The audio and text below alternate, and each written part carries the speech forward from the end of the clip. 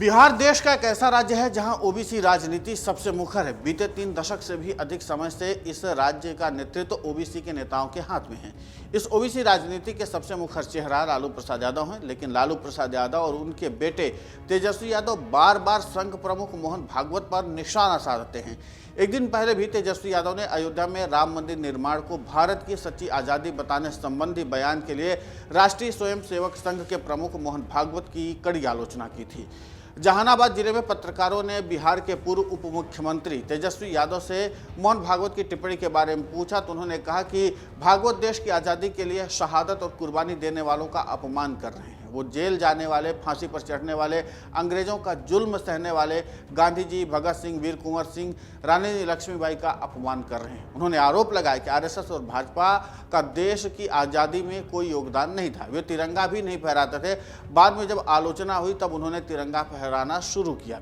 तेजस्वी ने कहा कि अब मोहन भागवत भी यही कहेंगे कि आरक्षण जब खत्म हो जाएगा तब देश को आज़ादी मिलेगी। भागवत ने सोमवार को इंदौर में एक कार्यक्रम में कहा था कि अयोध्या में रामलला की प्राण प्रतिष्ठा तिथि प्रतिष्ठा द्वादशी के रूप में मनाई जानी चाहिए, क्योंकि अनेक सदियों से दुश्मन का आक्रमण झेलने वाले देश को सच्ची स्वतंत्रता इस दिन मिली थी। इससे पहले भी लालू प्रसाद यादव, तेजस्वी यादव कई मौक़ों पर मोहन भागवत पर हमला बोल चुके हैं। ऐसे में सवाल ये है कि संघ प्रमुख को लेकर के इतना आक्रामक क्यों रहते हैं। दरअसल बिहार में इसी साल सितंबर-अक्टूबर में विधानसभा चुनाव होने वाले हैं। बिहार देश के उन चुनिंदा बड़े राज्यों में से एक है जहां करीब करीब हर पार्टी का स्थानीय नेतृत्व ओबीसी नेता के हाथों में है। लालू प्रसाद यादव की पूरी राजनीति ही ओबीसी की रही है। दूसरी तरफ नीतीश कुमार की जदयू और भाजपा का प्रदेश नेतृत्व भी ओबीसी के प्रभाव को कमतर नहीं कर सकता है। ऐसे में यहाँ तीनों बड़ी पार्टियों का मकसद खुद को सच्चा ओबीसी हितैषी साबित करने की होती है।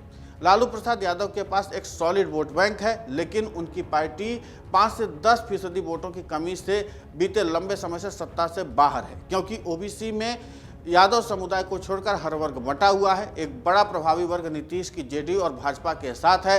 ऐसे में लालू यादव खुद को ओबीसी का सबसे बड़ा हितैषी दिखाने के लिए बार बार संघ प्रमुख पर हमला बोलते हैं। ऐसा करना उनके लिए काफ़ी फलदायी भी साबित हुआ है। बात कर लेते हैं 2015 के चुनाव की। उस समय प्रधानमंत्री नरेंद्र मोदी के नेतृत्व वाली भाजपा का बहुत व्यापक प्रभाव था। मोदी की लोकप्रियता चरम पर थी। उसी समय संघ प्रमुख मोहन भागवत ने आरक्षण को लेकर के एक बयान दिया था। 20 सितंबर 2015 के उस बयान में उन्होंने कहा कि देश में आरक्षण की नीति की समीक्षा होनी चाहिए। उन्होंने ये बात उस वक्त गुजरात में पटेल आरक्षण की मांग को लेकर के चले आंदोलन के संदर्भ में कही थी, लेकिन लालू यादव की पार्टी ने इस मुद्दे को बिहार में खूब जोर शोर से उठाया। उस वक्त बिहार में नीतीश की जेडीयू का भाजपा से गठबंधन भी टूट चुका था। ऐसे में बिहार विधानसभा चुनाव में राजद और जेडीयू एकजुट हो गई और उन्होंने आरक्षण को मुद्दा बना करके पूरे राज्य में जबरदस्त जीत हासिल कर ली। उस जीत से लालू को समझ में आ गया कि भाजपा को अगर कमजोर करना है तो ओबीसी राजनीति खासकर आरक्षण के मसले को धार देनी होगी।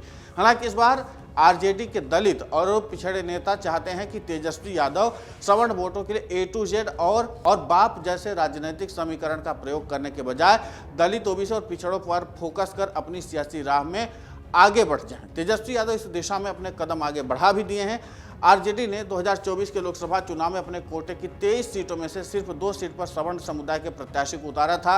अखिलेश यादव के तर्ज पर आरजेडी ने ओबीसी में खासकर गैर यादवों को प्रत्याशी बनाया था। अब जिस तरह से दलित और ओबीसी के आरक्षण को बढ़ाने के लिए लगातार मुखर नजर आ रहे हैं तेजस्वी यादव, उसके बाद अब देखना ही होगा कि जिस तरीके से अखिलेश यादव की तरह पिछड़े और दलित अल्पसंख्यकों को फोकस करके क्या आगे राजनीति करेंगे। और बात 2024 के बाद जिस तरीके से लोकसभा चुनाव में लड़े और उसके बाद 2025 का जो विधानसभा चुनाव है वो सबसे चुनौतीपूर्ण रहने वाला है तेजस्वी यादव को, और ये एक मौका है तेजस्वी यादव को अपने ओबीसी कोर वोट बैंक को मजबूत करने का। देखना दिलचस्प होगा कि इस बार तेजस्वी यादव कौन सा नया सियासी समीकरण सेट करते हैं। अमर उजाला जीवांजलि के सारथी की मदद लें और महाकुंभ में स्नान जरूर करें।